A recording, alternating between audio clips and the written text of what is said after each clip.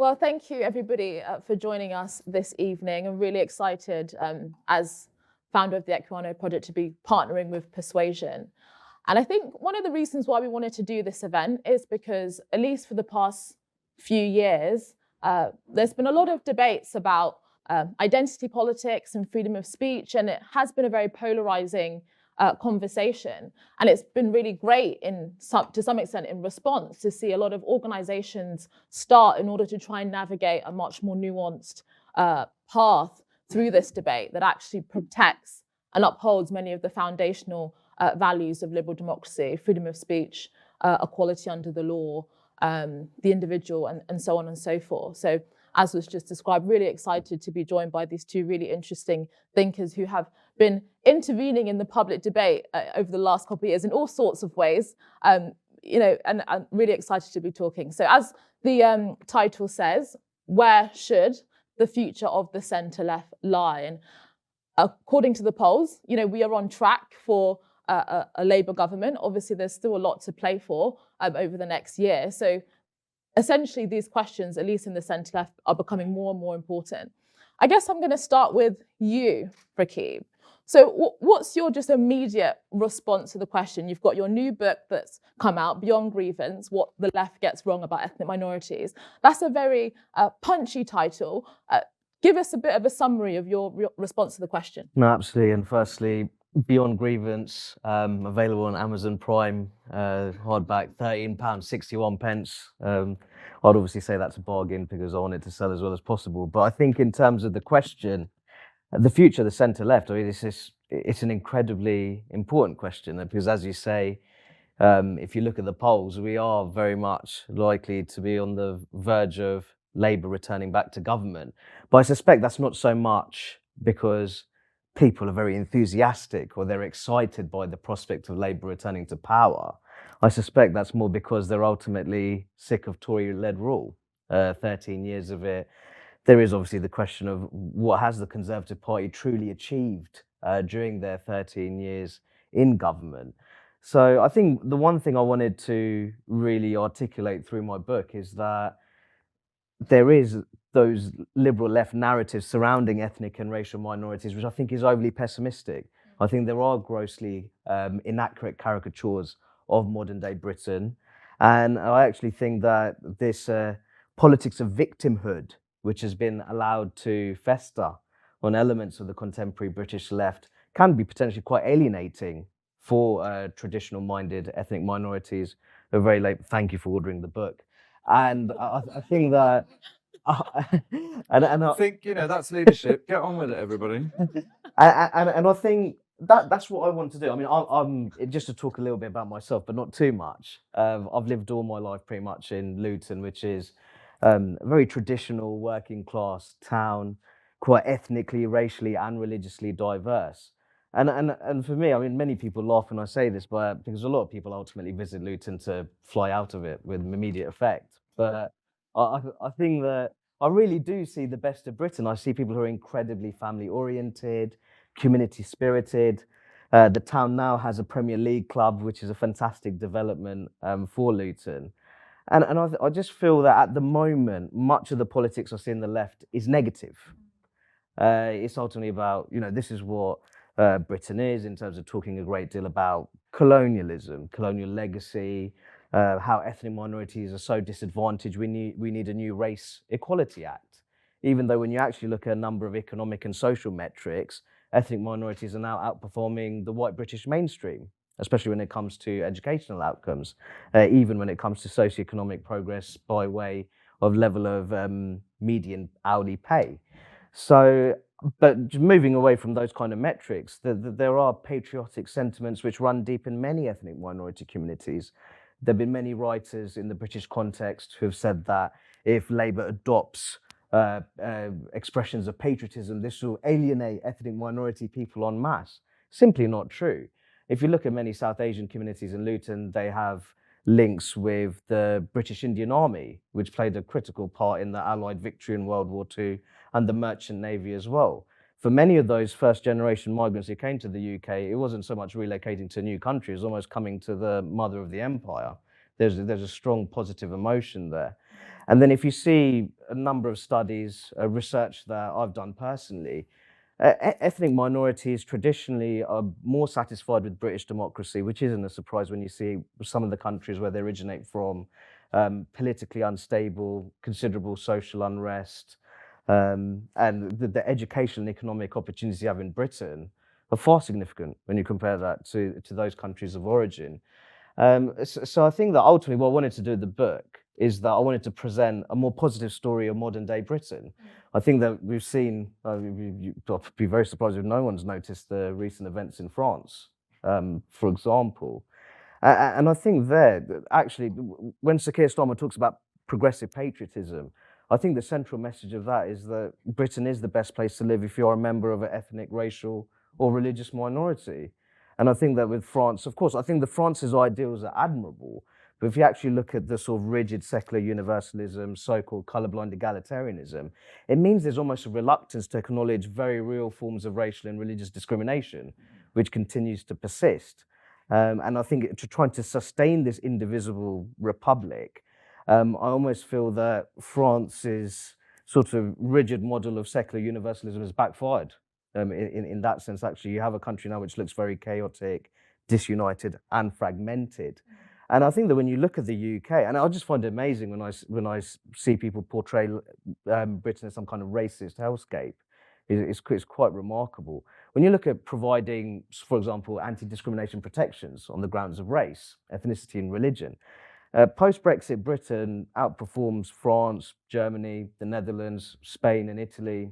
I'd also say that when it comes to the sort of race relations, I think this is something I mentioned in the book. I think that the aggressive importation of US-style racial identity politics, it does have the potential to have a very destabilizing impact on UK race relations. I think the emergence of BLM, some people welcomed it with open arms.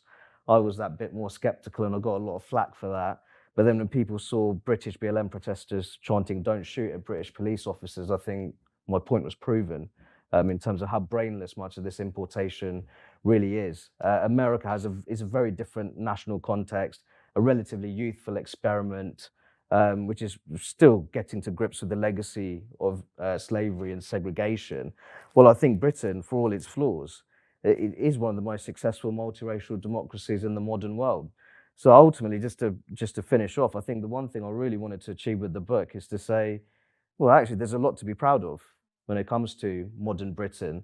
And if you really want to see that kind of pride, you don't need to go to work in men's clubs in the provincial Midlands.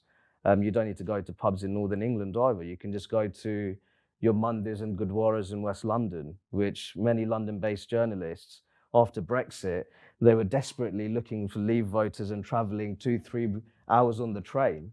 It was on their doorstep, and they could have found much of that pro-Brexit sentiment in many of their local communities. So I think what I wanted to do with the book really is to challenge a lot of the myths which are peddled, the depressing myths surrounding ethnic and racial minorities, and really talk about the sort of patriotic traditional sentiments which characterise many of the communities that are on my doorstep in my hometown of Luton. Well, thank you for those opening remarks. Lots to chew on.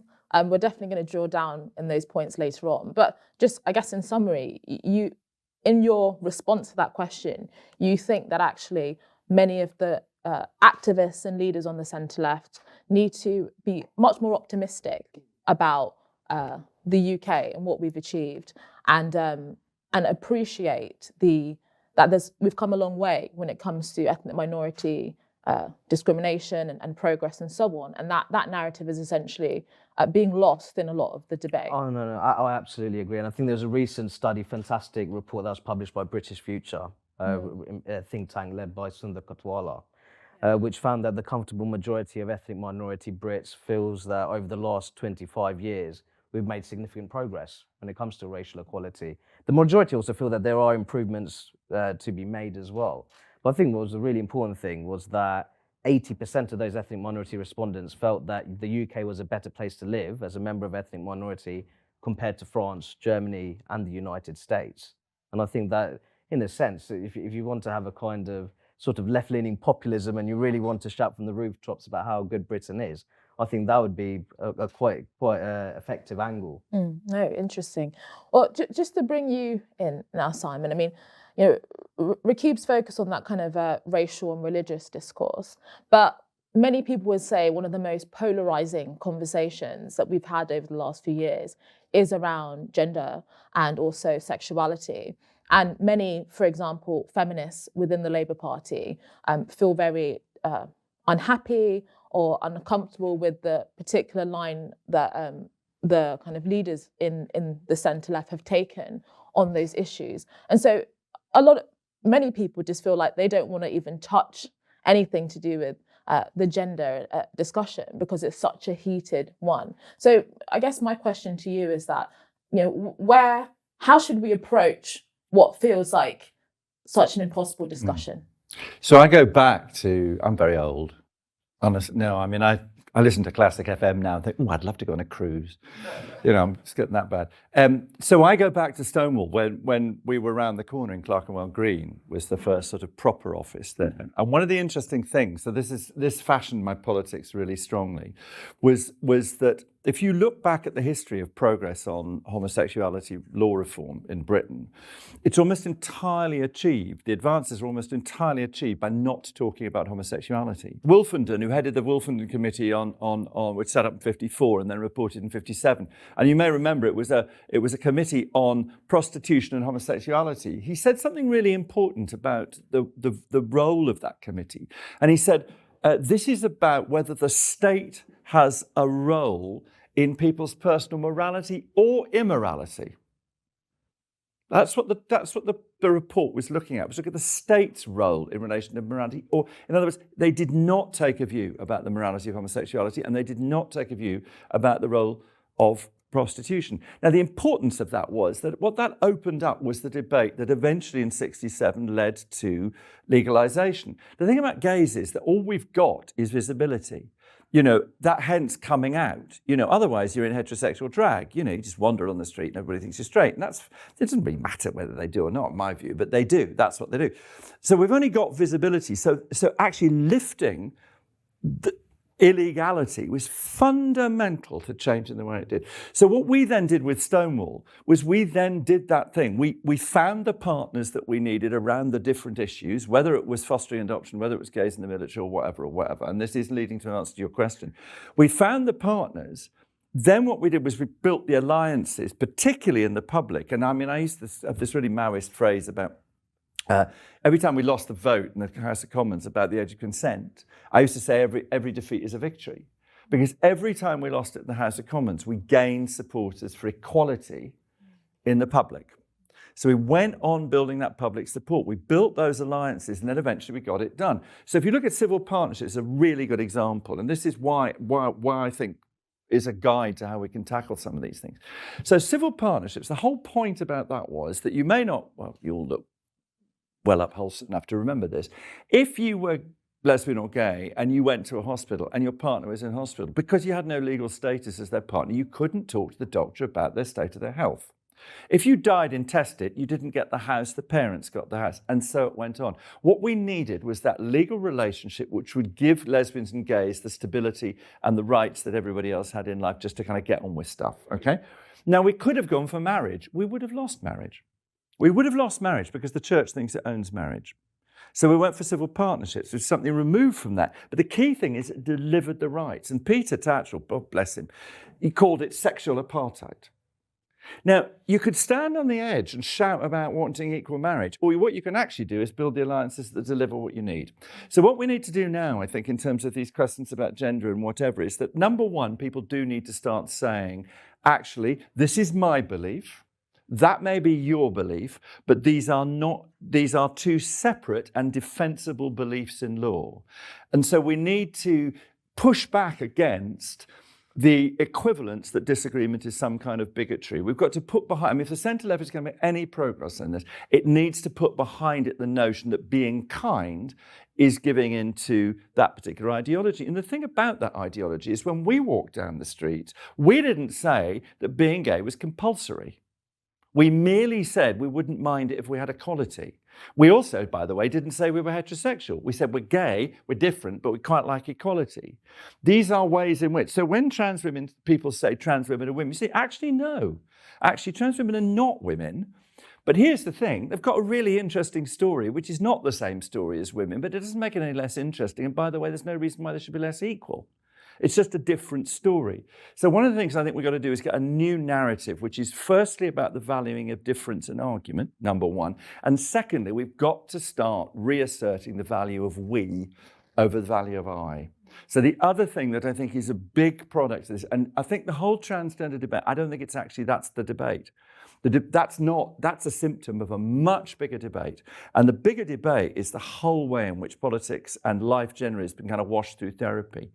If everybody's basically ill, but it's all about a matter of degree, everybody's in some way or another on a spectrum of mental health or whatever. At that point, notions of well-being and so on because everybody's got this idea that somehow, you're vulnerable, you're whatever, the very word can throw you off because you're in some way vulnerable. What we've developed is a kind of narcissistic view of ourselves so that we sit at the center of the universe. And I used to say about my mother, God bless her, but she was an egotist of the first order.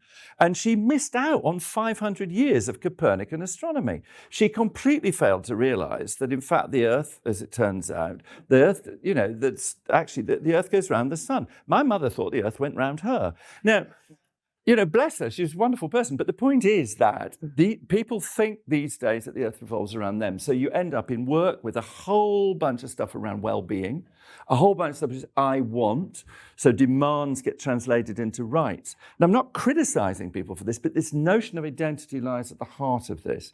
And it leads to a kind of subjectivity. So I think the centre-left really needs to reassert the narrative of we, which recognizes that actually what happens is if you murder somebody, there's two sides to the argument. So we say you shouldn't murder people. We say, for instance, that we limit freedom of speech. We do. Libel, defamation, and incitement. We're very clear about it. What happens now, though, is that the actual harm that is caused by libel, defamation, or incitement, the actual harm is now confused with hurt. So as soon as you start confusing harm with hurt, what you end up with is that notion of unsafe. I feel unsafe. I feel unsafe. And I was told the other day, a particular business, it doesn't happen very often any longer because I've said, actually, I'm not going to do this. But somebody tried to keep me out of a business because they felt unsafe because I won't use the Q word to describe lesbians and gays and whoever else chooses to use it. I won't use it because to me, it's a slur. I'm of that generation. I won't use it. I was denying their queer existence. Now, I said to them, large is life and to us is beautiful. I can't deny your existence. There you are. Existence is not a question of denial or affirmation. Existence is material reality. So somehow I think we have to reinvent that notion of the common good and recognize that to reach the common good does not mean reaching total agreement.